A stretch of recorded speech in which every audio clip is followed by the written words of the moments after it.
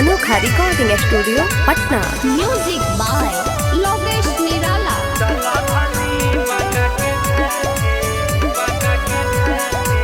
छठी मैया सबके जगैले रही है भगिया, कहाँ लेके चलब पिया देवेले अरगिया। सुना छठी मैया सबके जगैले रही है भगिया, कहाँ लेके चलब पिया देवेले अरगिया। दौरा उठल न माथे, हाँ दौरा उठल न माथे की चलो चलो धनी बका के घाटे। ठीक है जी।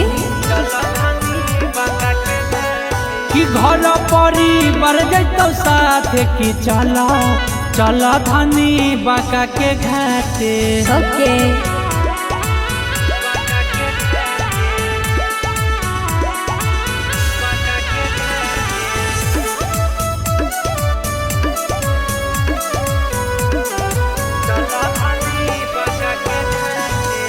गौआ के गाड़ी धनी बुक कर दिलियो।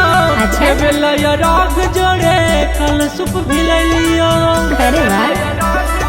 सुना ए राजा छठी माई को रखन जरूर उपकार, अपन बिगड़ल जिंदगिया के देखिन समान। कि देखी छोटका छोटा की जाते,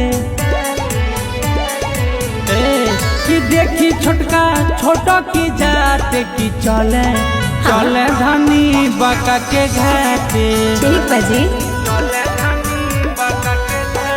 कि घर परिवार जैतो साथ की चलो चलो धनी बका के घाटे।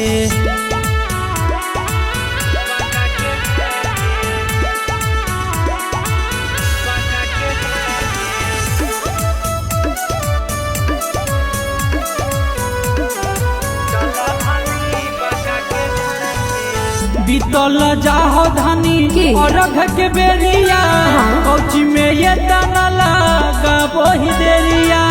थोड़ा सबर करा, रेडी हो रानी। ए राजा पूजा के सामान पहले ही वो सब तैयारी, हो जाए लगी रेडी, अब बोला वो अपन गाड़ी। अनु के गाना बजा के, अनु के गाना बजा के कि चला चला धनी पटना घाटे। ठीक बाजी। कि दौरा उठल न माथे कि चला चला धनी पटना घाटे। अच्छा चला।